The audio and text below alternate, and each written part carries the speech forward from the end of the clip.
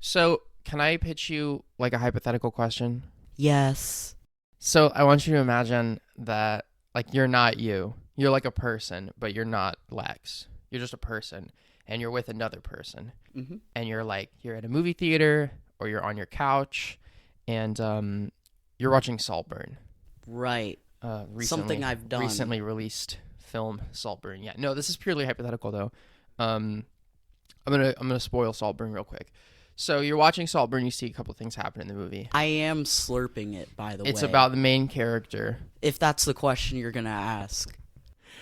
The main character in Saltburn, spoiler alert, develops a crush that becomes a full-on obsession with Jacob Elordi's character, which is fair.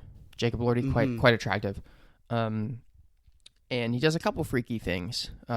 When you refer to slurping it, he spies on Jacob Elordi's character in the bathtub, jerking off and coming, and then when he leaves the bath, the main character runs in to try and lick up what remains of his cum from the drain in the bathtub. So before I could even get to that part of the hypothetical, Lex excitedly goes, "I am slurping it, by the way." Right. The second thing that the main character does in the movie, huge spoiler alert here, about an hour later in the movie, Jacob Elordi's character dies and is buried in a coffin. And then the main character in the film has sex with the dirt above his coffin. Mm-hmm. So if you were not you, if you were just a person, and you just finished, the credits have just rolled on Saltburn, and the person that you watched Saltburn with turns to you and goes, "He's just like me for real." What would you think of that person?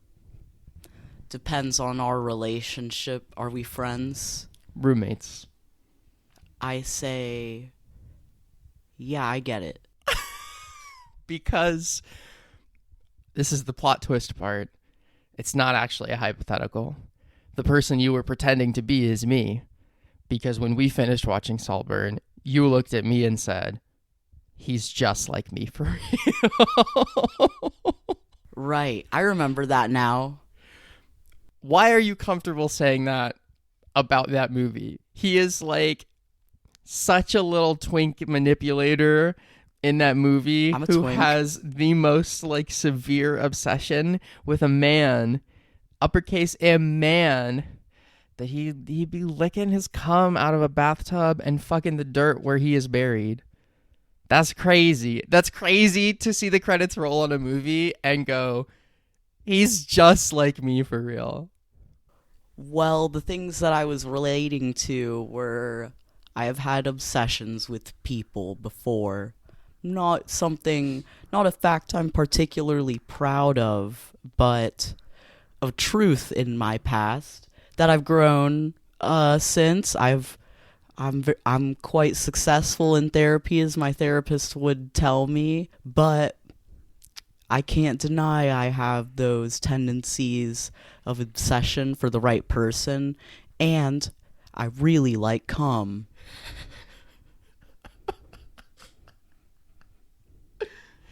Welcome to episode 2 of Brain Frot, the cummiest podcast online. Is that true? It must be now. Our logo has I was gonna say our logo is all dripping cummy. on the brain. We hadn't seen the logo when we recorded the first episode, which is not out yet. It comes out tomorrow, just as like a frame of reference for where we are. Shout out to my good friend Charlie on Instagram at Grotesque Illustration for drawing. Charlie made us the wonderful logo you're hopefully looking at right now while listening to the podcast. The filthy, sloppy, cummy little logo. I told Charlie, like, they were drawing it in front of me, and they're like, I'm going to make this kind of, like, goopy around the brain, like, should be, like, green or something. And I was like, can you make it white, like, glowing white, like cum? Of course it was you. Mm-hmm. You're bringing... In terms of this is my creative. This is my design. Yeah, like this podcast. Theoretically, this podcast is 50% me and 50% you. but you're bringing like 80% of the cum to it.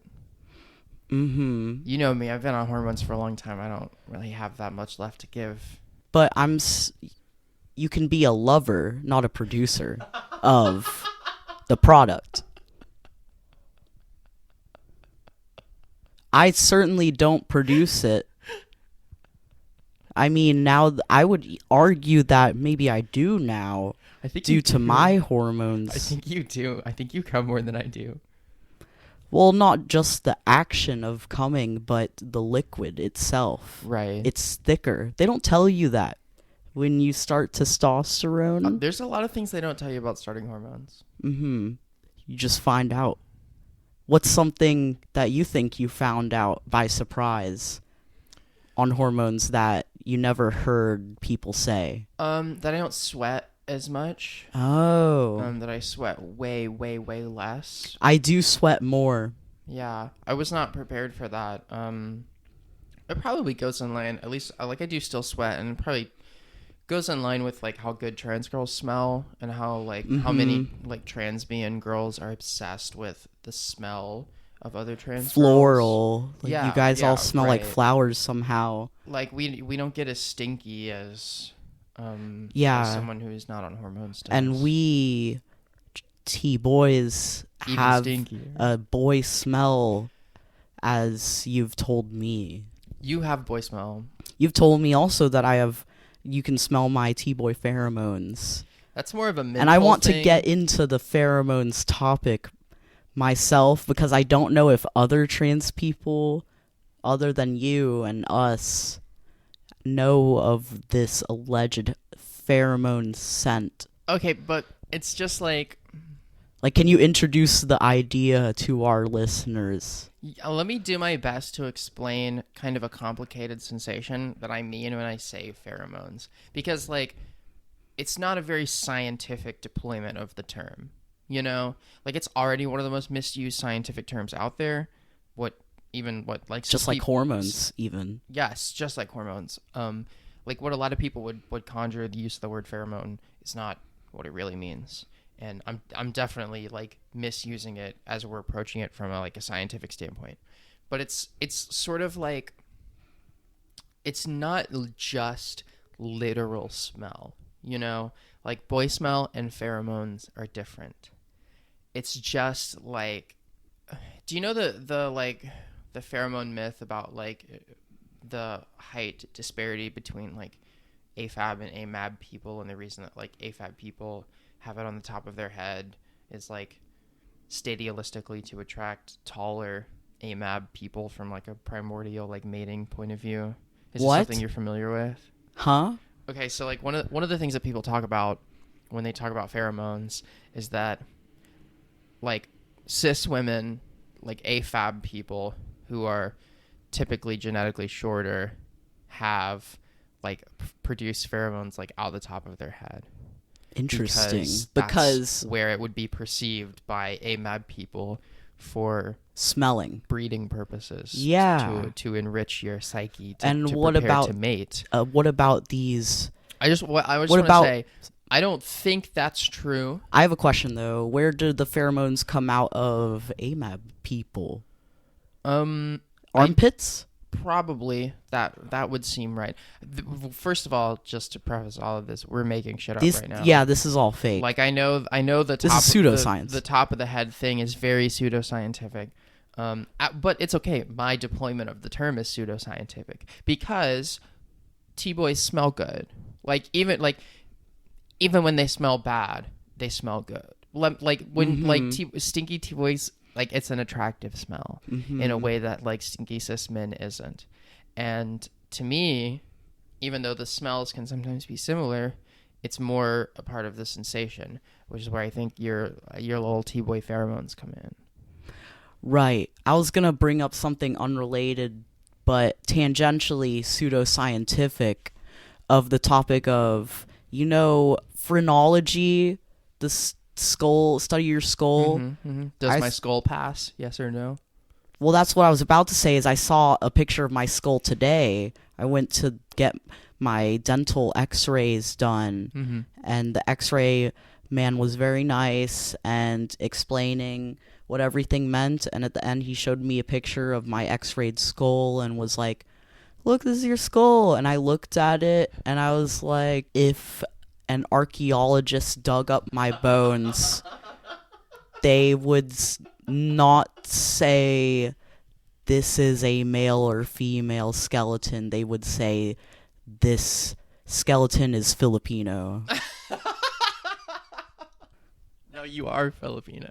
I am half Filipino, but... So what about your skeleton made you think it looked Filipino? Well, I kind of told you earlier, and this is something that me and Charlie joke about, is since we're both like half Asian, our faces are kind of flat, especially like in the nose, like sort of side profiles. So I was thinking like, we kind of have like the pug structure of bones. So I told you earlier that it kind of looked like a pug skull, and I was like, that's so Filipino. Like when transphobes are like, dig up your bones in 100 years on the trans island, and they'll just find 100 male skeletons, and I'm like, but one of them is just Filipino. Like, I don't know what the fuck this bitch is except for Filipino. Yeah. I haven't seen my skull in years. I haven't seen my skull since I was... They would clock your skull. How can you say that? How can you say that? I was gonna say even like I think I was like 19 the last time I saw my skull. So how was it looking? Healthy? Healthy, yeah. Maybe even like my overbite is really strong. Not passing, but nobody's a little thin passing. With it. Some people's bones are passing. Yeah, that's true. You can get bone passing surgery. Right, tracheal shave and such. Yeah. I don't think my bones were passing at the time, but it's been a long time. It's been over 3 years. Hormones have shaped your bones. Maybe hormones. Not possible, I think. What about vibes? Like, I sure. think that hormones might have changed the vibes and the aura of my skull. Now your aura if I saw it again, I might very be like, soft pink glow. That's a girl skull. Yeah, you know how you get x-rayed and it glows that kind of icy, like very, very like whitish blue. Yeah, mine was that whitish blue. Mine would be like the pink glow sticks they give you at raves. That's right, yours skull. would have that pink glow that some meme admins apply to all of their posts. To make it like sissier? Yeah. I have sissy skull. Dread it, run from it, sissy allegations bite back. I want to tell the story that I've been waiting to tell about you for weeks and weeks. I want to preface this. This is a very funny story, maybe slightly embarrassing for you. However, you were quite high when it happened. Mm-hmm. It's not really a full excuse for your actions. It's an explanation. I wouldn't call it a rationale. Now you're making it sound like I did something bad. This is Lex and the Chastity Cage allegations. An official sissy allegations canceled post. First of many. I'm coming for next out here. I have receipts. I'm kidding. I don't want to cancel bitches. This is just an investigation you're doing. An investigation. Yeah. Like right. transvestigation. Yeah, this is my transvestigation. Do you know like the like Shane Dawson documentary into whether or not Logan Paul is a sociopath? I'm doing this to you. I don't think I watched it, but yeah, go ahead. Time. Okay, so this is the story. Lex, I hate these terms, but you're an AFAB person. It's true. You have had rumors. No sort of gender affirming bottom surgery. So you still have I just have a T-dick. As your AFAB parts. However, hormonized, testosteronized. So you got a big fucking T-dick. Mm-hmm. Not big enough, it turns out, to wear a chastity cage. Yeah. I laid next to you the other week and watched you very high, but very motivated. and Determined. very determined is the perfect word to put a chastity cage on yourself. Very standard metal chastity cage, the kind of which would fit an AMAB person like myself. I'd never even seen one before, and I felt like this year was the first time that I'd heard of Locktober. Oh, yeah. Was that because of my Sissy Allegations posts? Like, just me following all of your friends, yeah.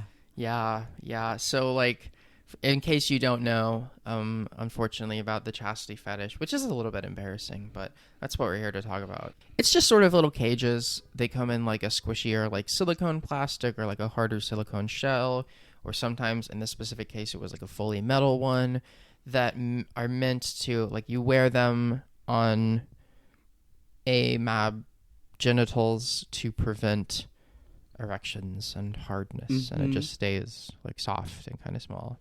And Locktober is the month of October where a lot of people, it's very heavily correlated with like the sissy fetish. I wish it wasn't, because there's a lot of trans girls who like it but are shy about liking it because of its association with sissies, and some who like it and are willing to admit that they like it. So a lot of the people in the doll meme community and the doll porn community indulge in celebrations of staying in chastity for the entire month of October, such as called Locktober. And in the wake of Locktober, a deeply curious and THC impacted Lex decided that they did not want to be left out anymore. And as I continued to insist and to reinforce that they did not have the right pieces in place to make the chastity cage work, you said, I can figure it out. Right. Trying to put your T-dick in it and somehow, with no balls, create the necessary vice that is basically essential for which to hold the chastity cage in place. I would say you spent about 5 minutes trying to put a chastity cage on. Well, so firstly, I've never seen a chastity cage. I mean, other than, like, I guess I've been to sex shops and they have them, but I've never really truly inspected all the elements involved in locking yourself in. You were trying to be locked in. I'm the fish that's locked in, but so here's what I was thinking. Something that I think is I've always thought to be very beautiful about trans bodies is how our genitalia is kind of just the same but modified in basically like different proportions, you know? So, like, you know, my clit is now rather large, like a penis, perhaps. Exactly. And you kind of have a really big clit too. And if we applied this, okay, yeah, sure, I'm following you. If we apply this logic, now I'm thinking the balls. To me, balls could correspond with perhaps the pussy lips of a T-boy, and I don't think hormones really affect the lips to plump in them or anything, but actually I would say it might even have the reverse effect, because they tell you that, like, your, like, tissue will become thinner or whatever. I don't like the sound of that because mine is juicy. Anyway, but so the lips, what I was imagining is, I like thick, like plump, juicy lips personally. What are you talking about right So, now? no, what I'm trying to get at is, like, imagine if the pussy lips were large enough to emulate the appearance of balls. And what I'm imagining is where one's balls would go through the chastity belt ball area. I could pull if they were big enough. I don't think they are. I know that you're making a pained look, but imagine if my lips were plump. I don't know why I keep saying that word. It just feels like the correct word. Enough to, as they would kind of appear to be ball-like, pull them through the ball area to be locked up. And then obviously the T-Dick would go where the normal place. No, right? Like the whole T-Dick could occupy the same role as.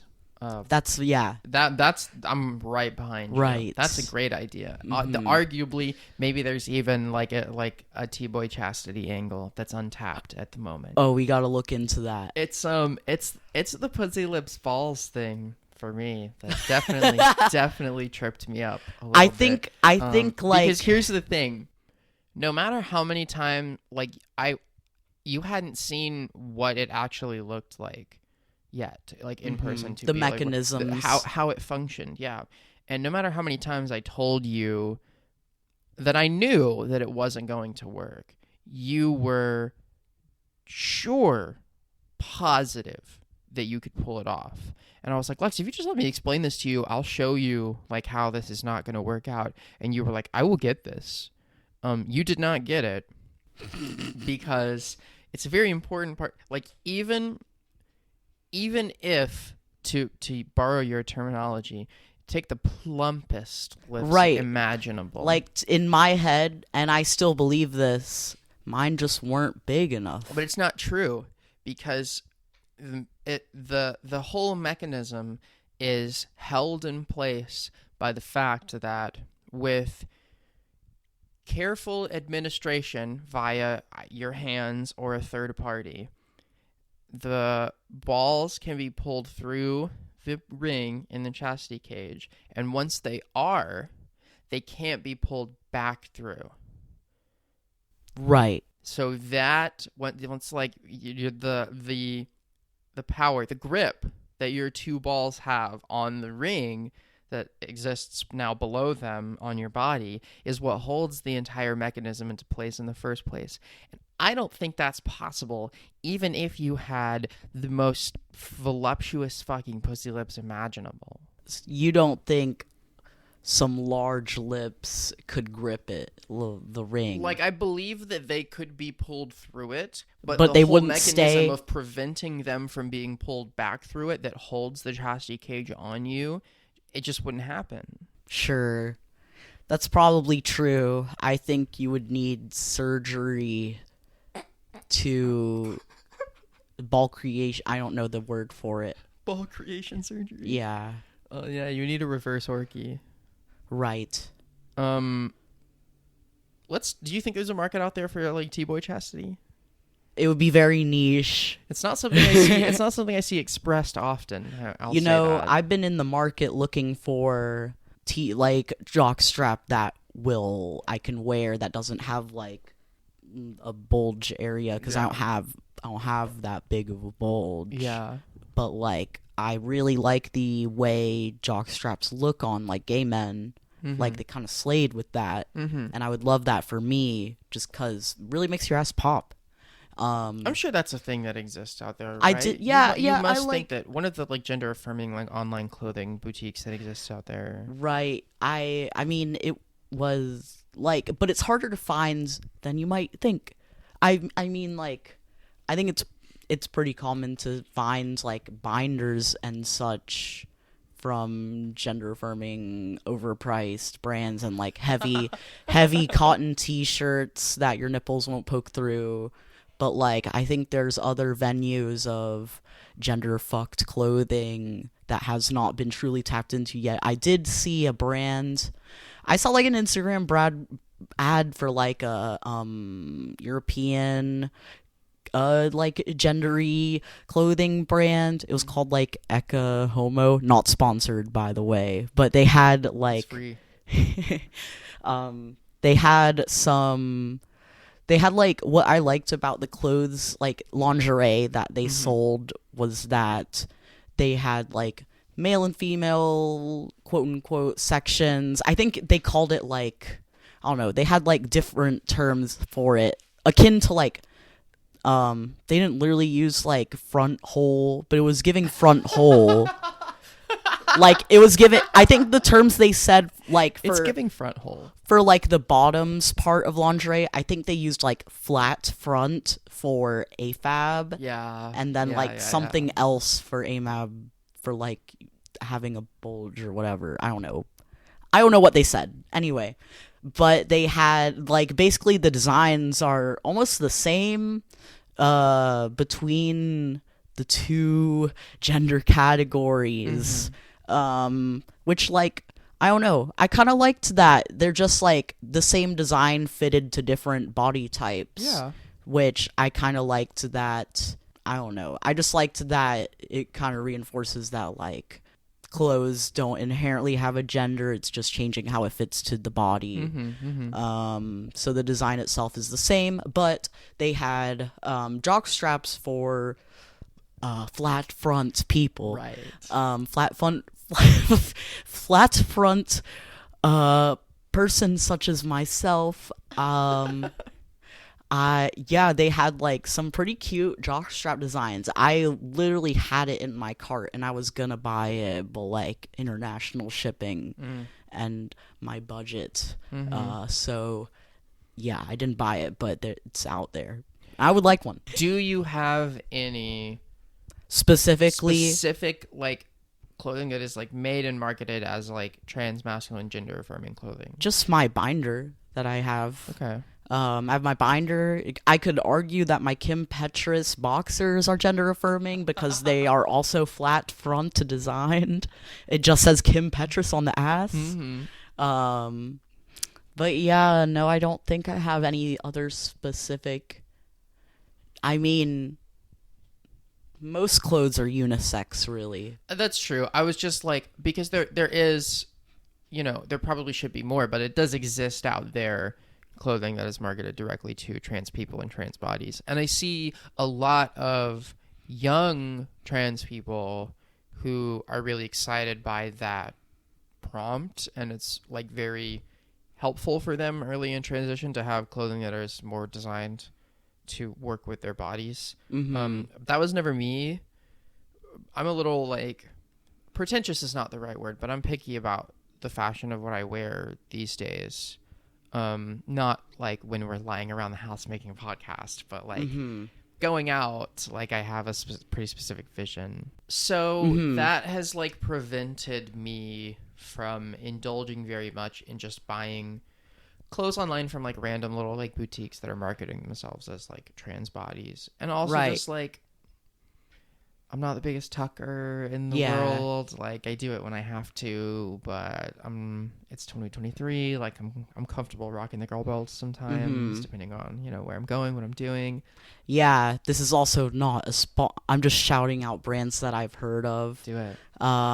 There's a like boutique, like lingerie boutique in LA, like in Echo Park, called Cantique, I think, that has like, I mean, I know you just said you don't tuck, but they sell like tucking panties and such, and like cute. I like that their panties kind of have like a garter attachment element that you can also buy if you with like tucking properties. Yeah. But I was going to say, like, I do follow a bunch of these trans brands, like, especially on Instagram, like, that I see get critiqued a lot for just being, like, way too expensive and kind of, like, very much leaning into corporatism, too, to, like, just make a profit and grow their business, selling, like a thick heavy cotton t-shirt for $60, like I said, that like a lot of queers criticize that, like very much looking at it just as a business move rather than like profiting off of trans people's needs. Like marketing directly towards the trans audience rather than serving the trans community. Yeah. I think that's something that you definitely have to watch out for. I guess it's just a shame that like these specific trans products, since they're sparse, I suppose, in the broader market, that specific trans marketed products can be upsold like that. But really, you can still just like go to Target and shop in the little boys section like I do, and like, I mean, but also there's like, oh my god, all the like corporate ethics of like where to shop and stuff. It's the whole, it gets back to ethical consumption, not to be a political podcast, but just being in the capitalist state kind of ruins all of that stuff. Yeah, I don't even know what we were I think we were talking about the chastity cage. Yeah, that's how we got here. We started with the chastity cage, and now we're talking about... Right, so what I'm saying is I have a business idea. Speaking of capitalism, I'm going to patent T-Boy chastity. I'm really trying to envision, like, the product design of a T-Boy chastity. I mean, like, a chastity belt does exist that has been long deployed on AFAB women. That's true. They're just chastity belts. It's a little... Perhaps it's a little less elegant, right, than the more subtler cages, which are almost more of a disappearing act. Whereas the bulkiness of a chastity belt seems almost by design to draw attention. It's like, hey, nothing going on down there. I'm locked up. I'm locked in. I'm sure there are fashionable chastity. I want like a thong type chastity belt. Jockstrap even type chastity belt, you know. I was looking, obviously I don't have the money for this, but I was looking at like another like fashion designer type person. It was just like a solo person making like chainmail lingerie. I can't remember the name, but like they sold like chainmail thongs that I thought were really cute, and like bras and stuff. But yeah, I don't know. I've lost the plot. Nobody's out here making chastity belts specifically marketed to T-Boys, is what I'm hearing. Right, it's an untapped market. So if anybody out there has the facilities in use that could perhaps craft some of said chastity belts for D-Boys, we have the idea, we have the vision. If you have the capabilities, hit our line. I will say there are those Frot on Instagram.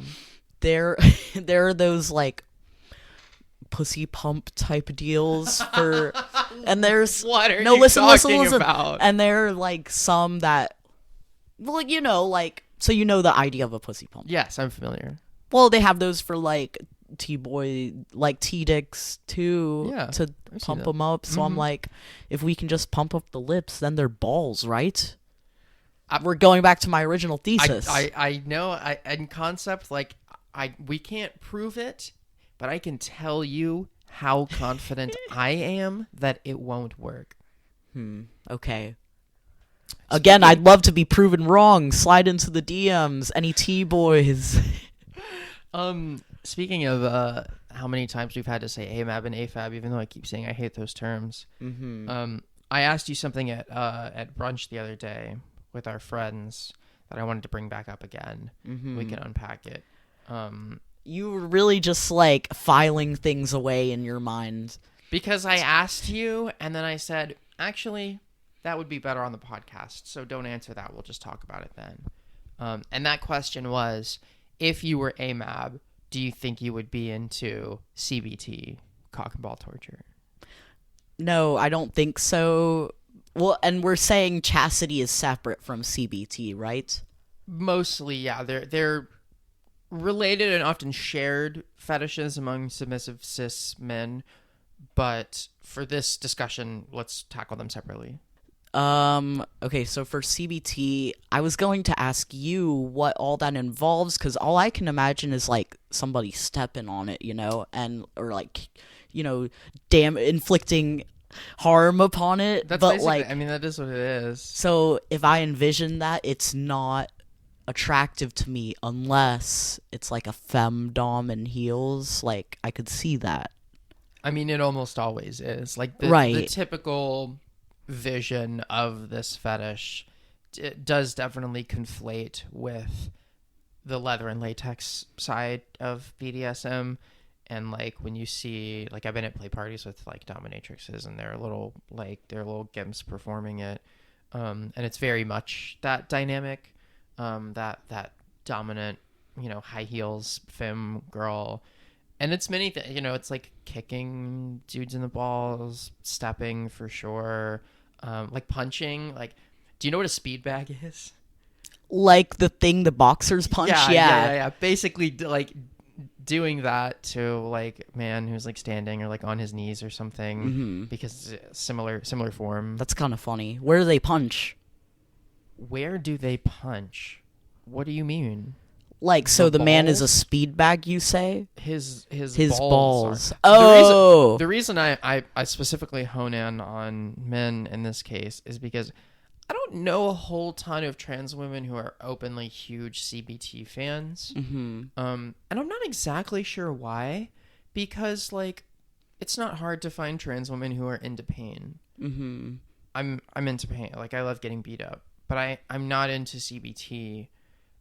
It's a very different kind of pain, and I know it's difficult to explain to someone that has never had a dick and balls, but like the classic archetype of, like, the ball shot, like getting hit in the balls, it hurts, but it hurts in a different way than the pain that I like from many other things. Like, it just gets in your stomach, and, like, it sticks there. It's like a knot in your stomach, and it makes you nauseous, and, like, it sucks. Like, it would be distracting from a sexual environment in a way that would take me out completely of the moment, Do you think that is linked to dysphoria at all? I don't know. I mean, I'm not particularly dysphoric. Like, there's certainly plenty of trans women out there that don't experience genital dysphoria, and I just don't see that a whole ton of crossover with CBT stuff, because, like, a lot of people who are experiencing dysphoria do love chastity. Right. As a fetish. I was just thinking of this sort of dichotomy of chastity versus CBT for trans women, and I'm not a trans woman, so I'm just speculating. But perhaps, maybe for some trans women who like chastity, it's this idea of, like, locking that up so that, like, it's inaccessible, and it's like the removal. Yeah. Like, you don't even have that anymore. It's, like, locked away. Yeah. So but whereas maybe with CBT, it's kind of the focal point of the pain is all in the genital area, and maybe it could be maybe dysphoric for some. That's not a bad theory. Yeah, that's just my game theory. It could be. It seems kind of surprising given, like, the volume of trans women who are openly into so many different types of pain, and like, I'm the domination. Archetype of this, like, I'm very much included in this, and, like, I'm not, like, I used to be a lot more into chastity when I was, like, younger and hadn't started hormonally transitioning yet, and, like, it's a very metaphorical impact. It's not necessarily a focus on the literal as much as the sensation of, it's demasculinizing, it's running away from masculinity, like, it is caging off and hiding some of the parts that young dysphoric trans women probably wish they could run away from. I don't really need that sensation anymore, like, not a flex or anything, but, like, I'm at a point where I'm very confident in my femininity and my trans femininity, and I don't need to run away from my dick. So, like, I haven't put on a chastity cage by myself in probably 5 years. Like, I'll wear it as an act of submission if someone wants to fuck me in it and they think that would be cute. I'm like, yeah, I'll wear it for you on your I think behalf. like a pink one would be really cute. Like with bows. The coquette chastity. Yeah. They make those. There's a cottage industry of chastity cages that would blow your mind. That's cute. They get really technical. They get crazy. Get like a Pokeball one. You just want the Twitch streamer aesthetic, but in a chastity cage. Is what I'm hearing. I could easily see Twitch streamers having a chastity cage arc. Oh, I'm sure many have. While you streaming, obviously, yeah. Yeah, and there's a big thing amongst like chastity fetish, like on Twitter, that is like donations leading to longer wear time. Interesting. Like a sort of game with like submissive content creator and their followers where they can pay to, keep you in chastity longer. Mm-hmm. That's certainly a thing that exists. Do you think they're lying? Very well could be. That's cool. I was making money off of it and lying. Yeah. Because I was like, I'm going to an airport when I'm gonna wear a metal fucking chastity cage through yeah, TSA. like I'm going swimming this weekend. Am I gonna fucking wear my chastity cage? No, but I'm gonna say I did. Pre-recorded chastity videos and pictures. Yeah. It's they're a little burdenful. It was worse when I had like non-estrogenized boy dick, like crazy hard dick all the time. Mm-hmm. Because it's like, if you don't get out ahead of the chastity, it's just not a factor. Because you're like, it would take me an hour of laying still and staring at the ceiling and thinking about the least sexual thing possible to even reach a place where I could put this on right now. It's a lot easier for me now. I never thought about it that way. Yeah, it's something you kind of have to get out ahead of it if you're not so estrogenated that you can't just tuck your floppy little dick back in a chastity cage whenever you want. Mm-hmm. That's cute. We're all over the place, dude. We were supposed to be talking about CBT and we ended up back at chastity. It's like the siren I that just didn't beckons feel us. that much to say about CBT just because, like... Okay, so the thing is, like, I would be into a femdom, like, stomping on my little... on me. Yeah. Anywhere. Even if I didn't have a dick or anything. But it's... And I think a lot of trans women are into that too, especially the bottoms. Yeah. So, in conclusion, I think that'd be kind of awesome, but the part of it that I like is the humiliation aspect. It's not the pain. That's interesting. Because I would say for someone who says that they don't like pain, you might like it a little more than you let on. I guess I would like, perhaps in some recent encounters, I have enjoyed pushing my pain threshold a little further than I normally do, but to me, like, I was kind of in the headspace that I was more in, like, a humiliation, and, like, if someone wants to, like, make marks, I think that's kind of hot as, like, God, yeah. evidence of what has occurred. I'm interested to hear you describe that as humiliation oriented. Like, because I agree with you as someone who's a lot more into pain than you are. It's not like the pain is nice, but it's not necessarily the focal point. It's a means to an end. But for me, the means to that end is more submission oriented. It's just like it's giving yourself up to someone in a way that says, like, you can do what you want to, you can treat me poorly, and like I will return to you. Yeah, like kind of like emotionally, like no, physically, like you can sort of use my body to get yourself off in whatever mechanism you want, and if that is masochism and violence, all the better, in my opinion. Yeah, no, I like that. It's kind of like, like, you own me type of deal. Well, where, like, I don't know, to me, I guess sometimes submission and humiliation kind of go hand in hand like that for me. Often, I'm interested, like, if that was your focal point. Like, if you were being dominated in a way that wasn't humiliating, like in a praising way, would it still turn you on? It would, just to have, like I think it is hot to have, like, positive affirmation, like, oh, like, you're doing so good. Which I also like. I kind of have both in sex. Like, I like Praise kink, degradation kink, burr. like both. Yeah, like, I don't know what I was gonna say. I think that's like, to me, it's a matter of degrees. Yeah. Like, I accept some types of praise.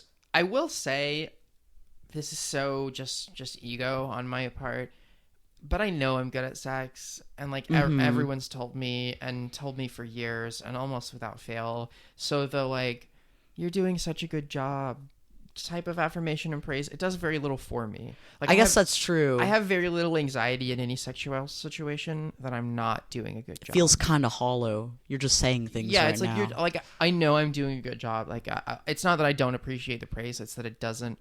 Like, I'll take like a princess or like a good kitty like any day of the week over you're doing a good job. I mean, but sometimes if I'm saying it, I mean it in the moment. I believe that it is not always hollow. It just doesn't impact me the way that other words of affirmation was, and none of the affirmation impacts me the way that degradation does. Yeah, like I will say, recently, a girl asked me if I like being degraded or praised. So it was like, which way, Western man, in that moment. To your and defense, I chose. You didn't even hesitate. I mean, you answered degrade almost immediately, right? That's correct. Yeah, instantaneously. So just because, like, I think, maybe it's a little bit more like, I think degradation is a little bit more taboo than praise in sex. So I think that's certainly. the appeal of it, is like to be called like oh, you filthy, you harlot, like. I do. It is a little bit more taboo, and it's also harder to find people who are good at it. Because, yeah. I'm not to put anyone specific on blast, but I'll say there are a lot of people out there who are tops and who are slacking on the dominant side of that, who are claiming to be doms, but their degradation game is just kind of shallow. Yeah, like I was telling you about a hookup I had a while ago where the person kind of sounded like a supervillain. Yeah. In dialogue. Yeah, literally. Like, so when you find someone who is just really talented, like there's a creativity to it, a deep creativity to it, to just consistently put you in your place and subvert your expectations while doing so. Yeah, like we all have these ideas of degradation, but what really just like melts my fucking brain is when someone is able to pervade that in a way that is degrading in ways I never even anticipated. Yeah. And that's just like melt.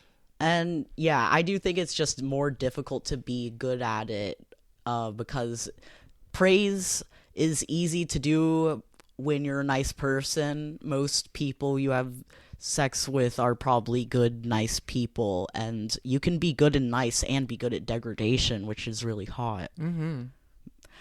On the other hand, this might be problematic. But Let's end it off on something problematic. But what if someone was a truly nasty person, a bad person? And now I'm just thinking of Detransition Baby, where Stanley is like an abusive piece of shit, but there are some scenes in the book that really make Lav purr. And like I know I've like had encounters with people who were maybe not as abusive, certainly manipulative, certainly not great people, and I can say that because I'm not a great person. But God, the sex, fuck, like sometimes I said it. The Tinder queers did not like it when I posted on Sissy Allegations the other day, but I woke up on like Tuesday of this week and I was like, I want to be fucking abused right now. And I posted that on my story, and a lot of fucked up dolls liked it. Yeah, but you be posting like, who wants to kidnap me tonight? Did not like it. I do talk about kidnapping. Okay, I have an audience cultivated that is like the most hilarious concoction of submissive bottoms and dominant tops. And I know before I post anything exactly who will be liking and responding to which thing. There are 30 girls who follow me on Instagram who, without a lick of joke, dead ass 100% serious, would love to like kidnap and like confine me. Weren't you just in a recent Instagram live, like, telling people your address or something? I did. Okay. The last thing we'll talk about today, I did recently join an Instagram live, already kind of drunk, and during that live, I did a bump of K 100% visible to my camera. It's still up on Eve base.transgirls Instagram. Somehow, I guess no one has noticed that I do drugs in the middle of it. But I was like, I'll just like lean over on my desk. It'll be off screen. I won't worry about it. And then I totally didn't think about it. And then she posted it later, and I saw that. I was like, wow, no, you can 100% FBI on see your exactly ass. what I'm doing in this live. And then after I was, oh God, I know one particular person is going to tell me about how bad drinking and doing K is. I know, don't drink and do K, but I drank and did K. And as a result, I did reveal details about where I live on Instagram Live to about 20 people. And we also had a cat girl debate about wet food versus dry food. I posted all of this on my Sissy Allegation story. If you don't follow us on Instagram, recommend it. It'll probably be conditional to a lot of what we talk about in future episodes of the podcast. If you come to our apartment, please only take Lav and not me. You know who does and doesn't have the kidnapping fetish, so act accordingly. That's it for episode 2 of Brain Frot. We learned a lot today. We learned that conventional chastity cages don't work on T-Boys no matter how hard you try. We learned that chastity is hot. CBT is not hot. It's hot by a femdom. It's hot, like, in very narrow situations. According to us, obviously, if you like CBT, go off. If you're a doll and you like CBT, hit me up. I'll try to beat the shit out of your balls or whatever. What else? I think that's it. I think we, cognitively to the universe, I think we lost information in the past hour. Like, I think we had a negative impact on just understanding in the world. Yeah, I think this would set us back. Yeah, we're more confused than when we started. That's perfect. That's how I want to end every podcast. Thanks. Goodbye. Bye.